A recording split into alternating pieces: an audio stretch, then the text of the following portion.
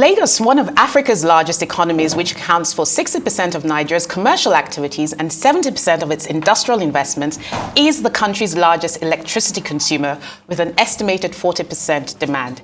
In spite of these statistics, the state is allocated roughly about 26% of the power produced on the grid.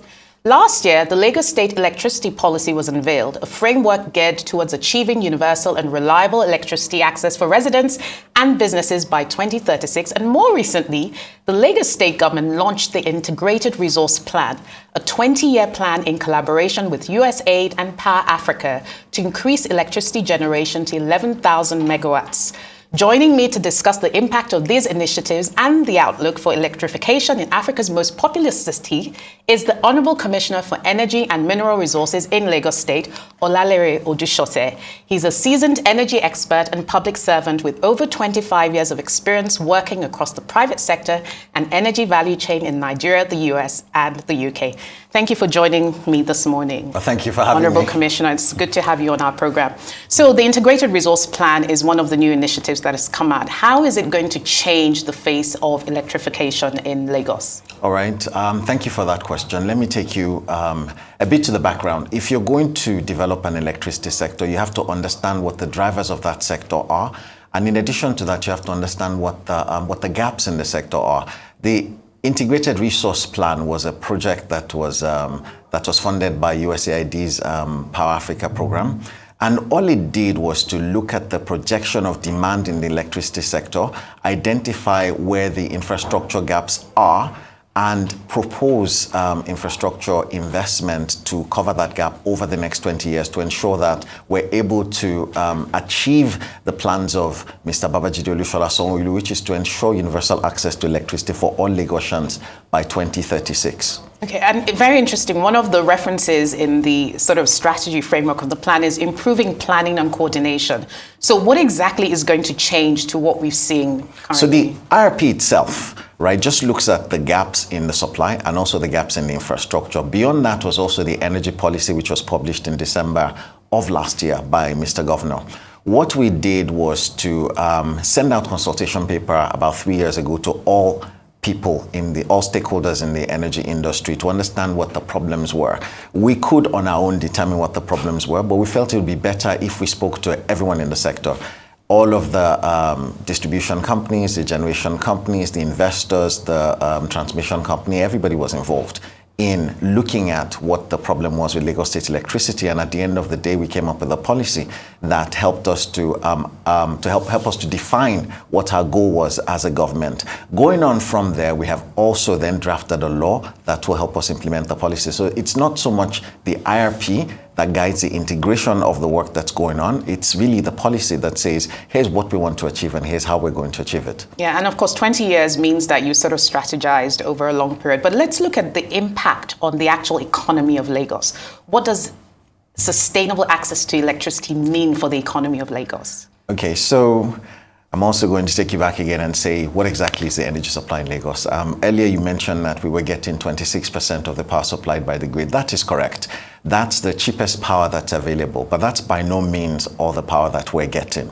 Lagos State gets between 800 and 1,000 megawatts of supply. Lagos State is home to 60% of the industry in Nigeria. Lagos State is on 0.4% of Nigeria's landmass and currently plays host to about 13% of Nigerians, which means the influx of migrants from all over the country has continued unabated because they see promise in Lagos. And that's epitomized by the dreams or the vision of the governor, where he says, well, everybody can come because we can't stop them anywhere. And when they come, we have to be ready for them. And so can you please do something to ensure that there's energy access for everyone and we're able to continue to fulfill the promise that Lagos holds for all Nigerians, wherever they're from.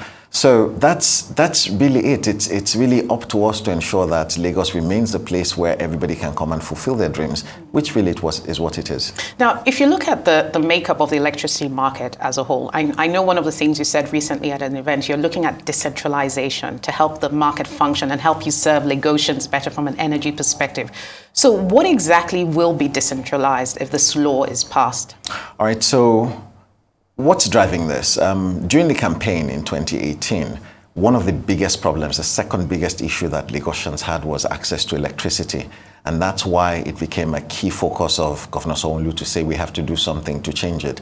And when you look at the laws that exist today, Lagos state government does not play a big role in it. The law is a federal law, and it establishes all the agencies as federal government agencies. For us to get anything out of them takes a bit of doing.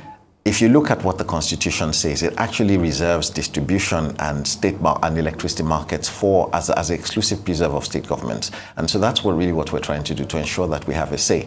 When we go to the market to try and determine what the plan for the market will be, we don't really drive anything. We can only give suggestions. When we are able to establish a regulatory agency in Lagos that then controls the electricity sector in Lagos, we can then have more of a role in ensuring that we can achieve the dreams of this government, which is universal access to electricity, by driving the direction of the policy and also ensuring that the regulation is clear enough that it attracts investments to Lagos. Right now, we don't control that. It's really about the federal government and where their focus is at the moment, and it's not only on Lagos. With this new regulation or with the new legislation, the focus for the Lagos state government is on Lagos, and it's on driving access to electricity and ensuring that everybody has electricity. So we are going to be regulating in Lagos. We're going to be managing the direction of the policy. We're going to be ensuring that we're able to attract investments into the areas that we think are priority for the government. Yeah, and I'm going to come to the specific areas of priority, but given the fact that we're obviously in an election year, what is the timing on perhaps the implementation or passing of this legislation for it to actually take effect? I'm not really. So it's really about direction. So when you start to let everybody know what your policy is, for example, earlier in the year, Mr. Governor made a pronouncement that we were going to achieve 1 gigawatt of power supply in Lagos from renewables by 2020, that's in 8 years' time. That in itself has generated a lot of interest from both financiers and providers who have come to me to say, where should we be looking at playing? We hear the government say that this is what they want to do. People have actually even come to ask for land to create green energy parks where they can manufacture all of this equipment. And that didn't happen just because they wanted to do it. It happened because the government telegraphed that this is the area that we're looking into, and that in itself has spurred a lot of interest in investment. So when we pass the law, it does not mean there's a timeline to investment, there's also a timeline to construction. It does not mean that immediately things will change, but certainly everybody will feel the buzz when the new investment inquiries start to come and as they start to establish. Yeah, of course, policy is always key to creating an conducive environment for investments. Looking at sort of energy use in Lagos, what is sort of the relative makeup of the mix of energy sources now in Lagos as a whole? Well, good. We get about between 800 and 1,000 megawatts from the grid. That's the power that everybody talks about that's available. But beyond that, if you look at just imports again into Lagos, we've imported about a fleet of 8,000 megawatts of diesel generating sets into Lagos over the past 3 years. So if you look at the contribution of that, and you look at the contribution of the estimated 15,000 gigawatts that existed before that, you realize that we have about 23,000 gigawatts of diesel capacity in Lagos. Let's say there's triple redundancy and we're only generating 4,000 megawatts at a time from there. That tells you that we get 80% of our supply from self-generation. So Lagos isn't really as dependent on the grid as a lot of people believe that we are. Most of the power is generated by government diesel generators, corporate diesel generators. Private individuals like us. Individuals, yeah. And there's also an interesting part, like I mentioned about renewables, mostly solar, in fact, almost entirely solar now, where if at the last count, we have about 50 megawatts of diesel, of solar installation in Lagos today, and that's certainly going to increase. If we say we want 1 gigawatt by 2020, that's going to increase significantly over the next 5 to 8 years, well, over the next 2 to 3 years, and then going on to the next 8 years. But I mean, 80% off-grid. Are you concerned at all about the environmental sustainability of that from diesel-fired generation? Yeah. I started by saying 13% of Nigerians are in Lagos. Lagos is on less than 0.4% of Nigeria's land mass. So that proliferation of diesel generators and the emissions that comes with it is unacceptably high. And we're noticing that in our hospitals with the presentations of respiratory illnesses that come in, which is also, most of the cost of which are also covered by the state government. So for us, it's a win-win situation when we start to move people away. If you look at the policy talks about renewables and trying to move people away from diesel generators to solar. And the good thing about solar is it holds a lot of promise. The concern was about the expense when we started. But if you look at the recent recent Saudi project that achieved the price of 0.1 cents per kilowatt hour, it then tells you, yes. Yeah, it tells you that the future is in that direction. So one of the things we're trying to do is also then help the industry to aggregate the demand such that we can start to bid the prices down. Lagos is establishing a renewable energy desk funded by the AFDB that's going to work with the renewable industry to aggregate all the information that they need and all the permits and approvals that they need in one desk, such that it then becomes easier for you to develop in the direction we want to go. Yeah, and one of the, I grew up in the city. I love the city. Many people from Nigeria are familiar with the city, and it's always been a pioneering city. So what are some of the perhaps private sector initiatives that you've worked with private sector partners on that you're really excited about in terms of the future of electrification in the state? Are there specific areas of that industry that excite you in terms of your partnerships? Oh, certainly. So like I mentioned, some people have come to say they want to set up manufacturing of green energy equipment in Nigeria. That's certainly very exciting. We're also trying to work with them to enable them see the future. We're working with a few partners to bring solar and renewables to the Secretariat to demonstrate that it can be executed on a scale. There are lots of initiatives that have come up. Some people have come to us to say they're willing to partner with us to help us look at the water bodies in Lagos and see how we can use some of the areas that are not navigable for solar. It's because, again, land comes at a premium in Lagos. So if you're trying to build a solar farm to acquire the amount of space you need, it's going to cost a pretty penny. So we're looking at alternatives. We're looking at rooftop solar.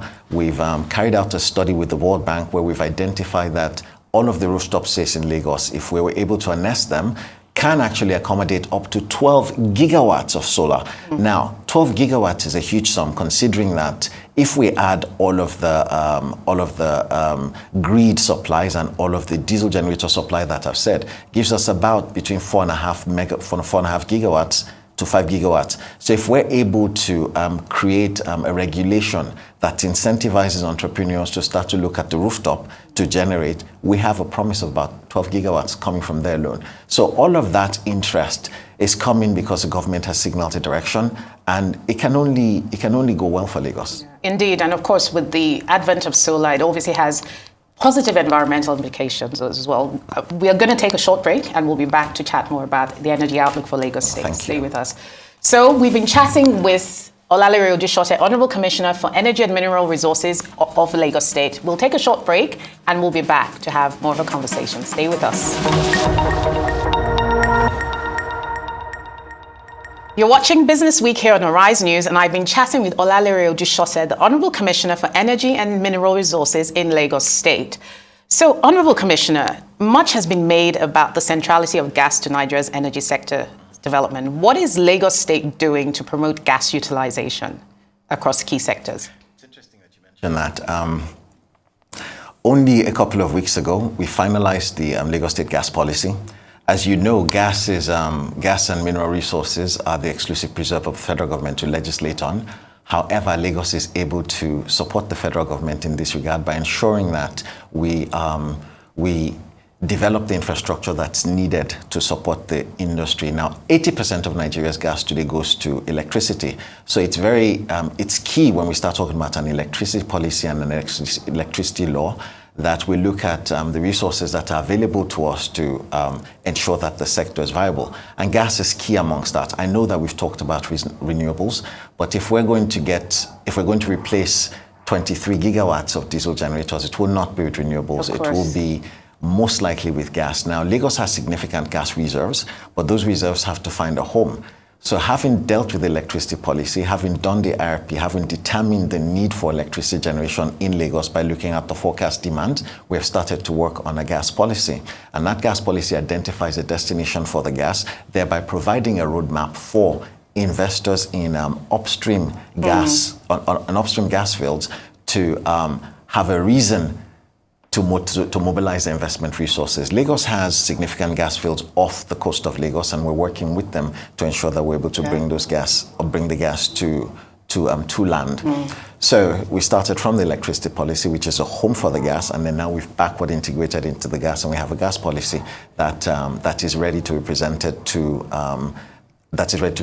for approval to Mr. Governor. He's aware of the progress that we've made, and he's very keen on us progressing that as well. So hopefully by the first quarter of next year, we'll have an approved gas policy that people can refer to as the direction that Lagos State government is going.